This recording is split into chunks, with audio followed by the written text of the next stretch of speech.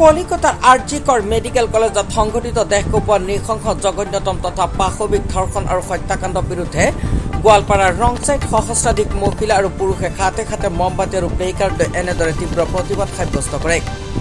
গোৱালপাৰাৰ খাতুগাঁও কোচ ৰাজবংশী আঞ্চলিক ছাত্ৰ সন্থা, ৰংচাই চাইনিং ষ্টাৰ ক্লাব আৰু ৰংচাই বজাৰ ব্যৱসায়িক সন্থাৰ উদ্যোগত সহস্ৰাধিক পুৰুষ মহিলাই খাতে খাতে জ্বলি থকা মমবাতি আৰু প্লেকাৰ্ড লৈ এনেদৰে শোভাযাত্ৰা উলিয়াই প্ৰতিবাদ সাব্যস্ত কৰে।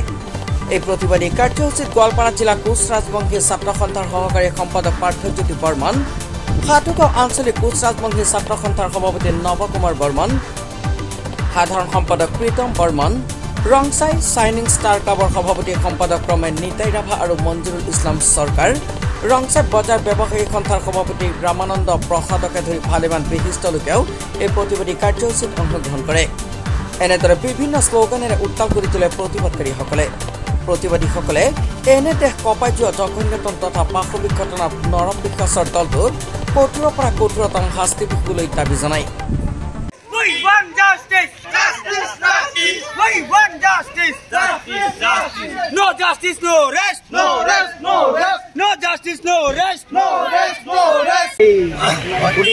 আজি আমি হাতখোৱা আঞ্চলিক কৰ্মচাৰী ছাত্ৰ সন্থা আৰু ৰংচাই চাইনিং ষ্টাৰ ক্লাবৰ উদ্যোগত আৰু লগতে আমাৰ ৰংচাই বজাৰ ব্যৱসায় সহযোগত আমি যি কলিকতাৰ ডক্টৰ আৰজি কলেজৰ ডক্টৰ মৌমিকা নাথৰ যি ধৰ্ষণ পাশৱীয় যি মানুহে যি ধৰ্ষণকাৰী সংঘটিত কৰিলে তাৰে আমি এক শান্তি সমাধান কাৰ্যসূচী ৰূপায়ণ কৰিছোঁ আৰু শান্তি সমাধান কাৰ্য ৰূপায়ণ জৰিয়তে আমি সংগ্ৰামৰ জৰিয়তে অনুৰোধ জনাইছোঁ।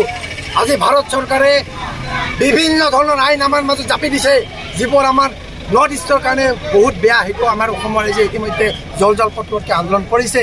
কিন্তু এনেকুৱা ধৰণৰ আইন যদি জাপি দিছে, তেতিয়াহ'লে আমি ভাৰত চৰকাৰক অনুৰোধ জনাই বিজেপি নেতৃত্বাধীন চৰকাৰখনে যি বেটী বাচাও বেটী পঢ়াও যি চৰকাৰ শ্লোগান গাইছে, কিন্তু আমি বেটী বাচাও বেটী পঢ়াও অকল শ্লোগান গালে নহ'ব।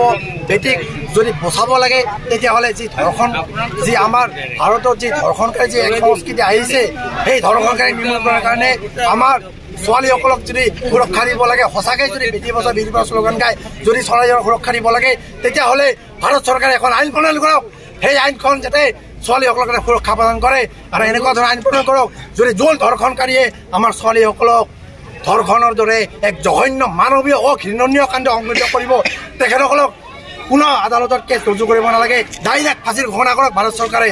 তেতিয়াহ'লে আমি ভাৰতবাসী ৰাইজে আমি সন্তুষ্ট প্ৰকাশ কৰিম। নহ'লে এনেই বেটী বাচাও বেটী পঢ়াও শ্লোগান গাই একো লাভ নাই। জাতি জনজাতি আমি চবে মিলি ওলাই আহিছোঁ।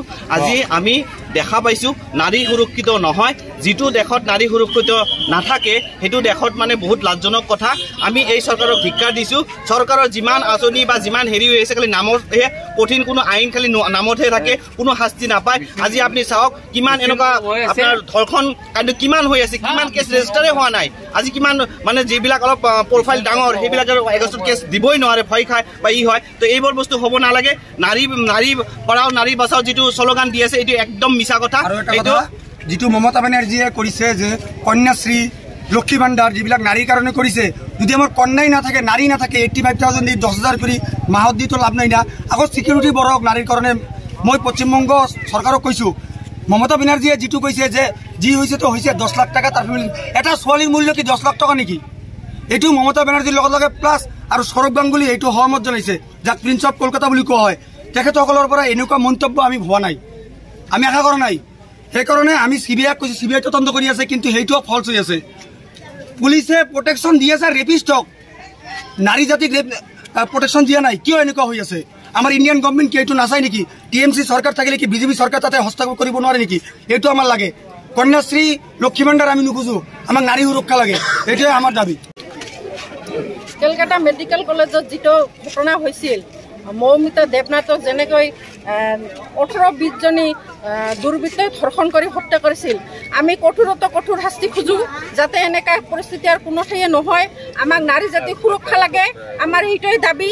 আৰু এইখিনিতে মই ক'ব খোজোঁ, মমতা বেনার্জিয়ে যে এটা কথা কইছিল যে মেয়ে তো গেছে, মেয়েগার তো কখনো পাবেন না, মেয়ের জন্য যদি কিছু করতে খুঁজেন যে টাকা লাগে আমি টাকা দিব। মমতা বেনার্জি মাতৃ নাই হয় কারণে কি মাতৃমূলক নাজানে নাকি?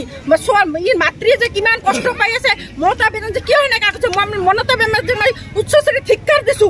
ই কি মাতৃ হ'ব নোৱাৰে? News desk report DX365